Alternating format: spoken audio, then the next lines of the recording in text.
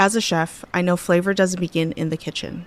It begins on the land. And Westhome's nature-led Australian Wagyu is a story written in the landscape of Northern Australia. Cooking is storytelling, and Westhome Wagyu carries a story of Northern Australia itself. Raw, powerful, and deeply authentic.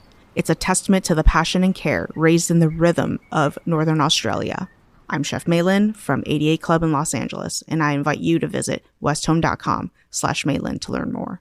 And taste a story only Westhome nature-led Australian Wagyu can tell.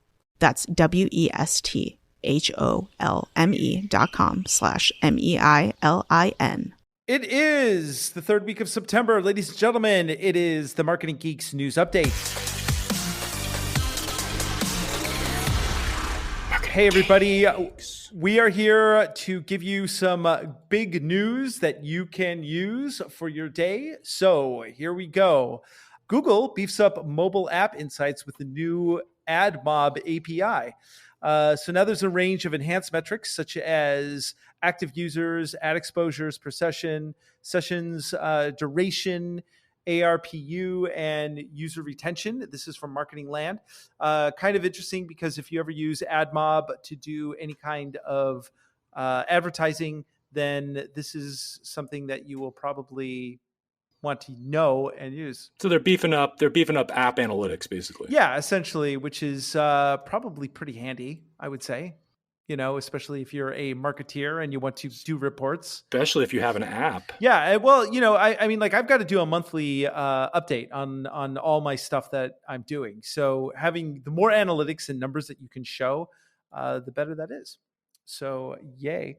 Facebook confirms that there was a pixel outage and may have impacted conversions, custom audience, and dynamic ad reports. My God. You know, the company said that there was an outage this week that prevented a small percentage of pixel events from being logged correctly. And you know, Facebook is saying, yeah, there was a small percentage. You know that if you're running your ads, you got messed over. You got. And there's a lot of money being spent on Facebook every day. So an outage on Facebook, that's a big deal. I know. I you know, it's one of these things. I'm actually going to run a small test advertisement for one of my clients, but I just don't want to give any money to that evil company. So, well, speaking of that company, Facebook's competitors, according to the Wall Street Journal, are talking to the FTC about the company's hardball tactics. And Snapchat, or Snap, which is the official name of the company, compiled a dossier called Project Voldemort, which a dossier which highlights these hardball tactics. So called Project Voldemort against Project Voldemort. So let me break this down. Snapchat compiled a dossier called Project Voldemort to get information about Facebook's practices that are possibly illegal. Pretty much, yeah. Yeah. So that special folder on my hard drive, would that be considered a dossier of content, or? It depends. It depends how detailed we're talking here, but I imagine that Snapchat probably has some pretty significant findings and data. Yeah, I'm sure Snapchat has a lot of interesting stuff. So. That's kind of interesting. See how that plays out. Google Play is getting into the subscription business. They are introducing something called the Google Play Pass that bundles 350 Android games and apps for $4.99 a month. Then there's going to be no ads, no in-app purchases. And right now you can get it for $1.99 introductory price. I don't know at this stage which games are going to be on there. But, you know, a subscription service for gaming, I don't know, might work. It'd be kind of fascinating to look at like subscription services as a whole, like 5 years ago versus 2019, 2020, because I imagine that the average subscription cost is going to get into like the hundreds of dollars for your everyday consumer soon with everything that's going into this subscription model. You know, like now your apps are Disney Plus, Netflix, all the different streaming services, all the different platforms. Everything's got a subscription these days, software. Yeah, man, it's all about the whole world's an app. The whole world is an app. And if everybody wants your monthly payment. That's right. I want your monthly payment. Give it to me, Justin. I want it. now. Okay.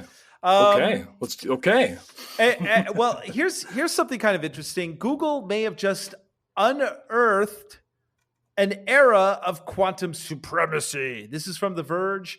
Google says that it has achieved quantum supremacy in a major milestone towards the development of quantum computers. And they gave it a problem that it was a calculation proving randomness of numbers produced by a random number generator, and it solved it in 3 minutes and 20 seconds. Not a big deal, you may think, except the traditional supercomputers that are out there, the biggest ones, it would take them 10,000 years. So they just broke the quantum computer supercomputing barrier. You had a friend that kind of knew about this, right? Yeah. A buddy of mine was telling me about it. But what's interesting is because Elon Musk talks about the dangers of AI a lot. You hear Elon talking about it. This is the kind of thing that creeps me out. Like when you realize that a computer can compile 10,000 years worth of data in 3 minutes, and this is not just. The original supercomputer is much faster than a human mind as well. So it's exponentially more advanced than we are. So the possibilities of what AI could accomplish are we can't even imagine them right now.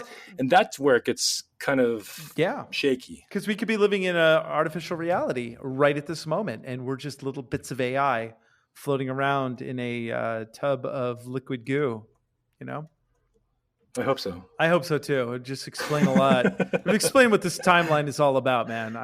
Well, I got one for you here. China's social credit system, which people always talk about the Black Mirror episode with the social credit system with Bryce Dallas Howard a few years ago. It now extends to businesses. So it's not just social credit for your consumers. It's now for business owners as well. 33 million businesses in China have been recently rated. Some U.S. firms were warned that ratings may be affected by their stances on things like Taiwan. Oh, my God. Talk about What is your stance on Hong Kong? Yeah. It's so dystopian. I can't. I actually read this interesting article that people are literally going on dating apps and putting their credit score, their social credit score, on their profile now because it's becoming a big deal.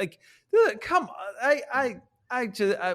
We kind of have an unofficial one here in the U.S., but we don't have the official one. That's man. I don't know. Supercomputer. I've got a headache over my right eye now. This is strange new world. I want to talk about streaming Netflix before we finish here. Netflix is investing $500 million to acquire the licensing rights. I didn't get the timeline on this, but for Seinfeld. So they're losing Friends, they're losing The Office, but they're going to pay $500 million to get Seinfeld. So all the original Seinfeld sitcom episodes, which I know you love sitcoms, Andros, so you must be excited about this, onto the Netflix streaming site, which goes to show that a lot of people are just watching these old sitcoms, and they're not even watching. I watch all the original content. I would never go watch old sitcoms like that, but there's definitely an audience for them. Also, AT&T, who apparently is releasing their own streaming, paid up $1 billion to get the rights to The Big Bang Theory. $1 billion with a B. This drives me crazy because you know what? For that money, $1.5 billion, you could build the best college in the world and make it available for free for everybody in the world through your tablet. And you could educate the planet. This drives me bananas. Whatever. I pride myself on the fact that I've seen 4 episodes of Friends in my entire life and maybe 7 episodes of Seinfeld. But whatever.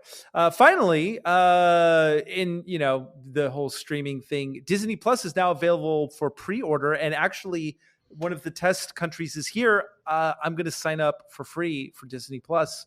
Ooh. So I'm going to get it, man. So you're going to get a first report on it ahead of the U.S. consumers. I like that. That'll be exciting. Maybe, only Marketing Geeks exclusive. Yeah. In fact, in the next week or two, I'll tell you what, peoples, I will give you a full little review of Disney Plus for y'all if you want to hear it. And with that, we are going to have some great guests coming up. We are going to be talking about the GDPR. We're going to be talking about some other things. We're going to be doing more news updates. Just fit it in to your little day so you can find out what's happening. It's valuable to all of us. And with that, ladies and gentlemen, thank you for turning in to the Marketing Geeks News Update.